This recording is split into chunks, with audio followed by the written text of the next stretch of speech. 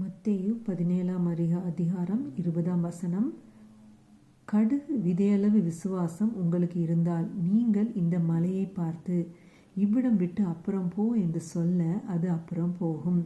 உங்களால் கூடாத காரியம் ஒன்றுமிராது என்று மெய்யாகவே உங்களுக்கு சொல்லுகிறேன். இயேசு தன்னுடைய சீஷர்களிடத்துல பார்த்து சொல்லுகிற ஒரு வார்த்தை இந்த வார்த்தை.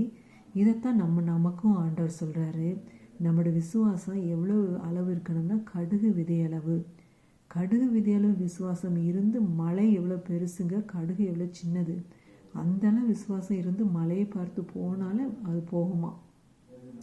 நம்மளோட வாழ்க்கையில் நம்ம நிறைய நேரங்களில் பல பிரச்சனைகளை கடந்து வரும்போது நம்மளுடைய விசுவாசம் தான் நம்மளை விட்டு எடுக்கப்பட்டு போயிடும்.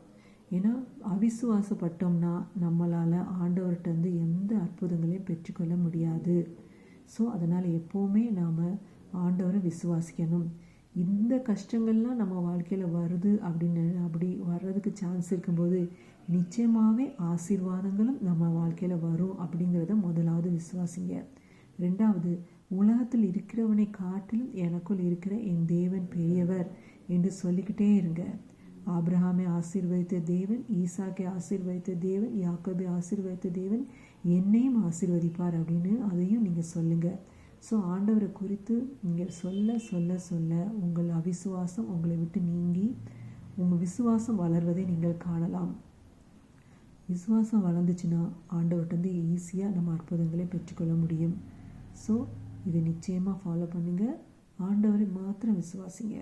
நிச்சயமாகவே நீங்கள் ஆசீர்வதிக்கப்படுவீர்கள், உயர்த்தப்படுவீர்கள். ஆமென். ஹல்லேலூயா.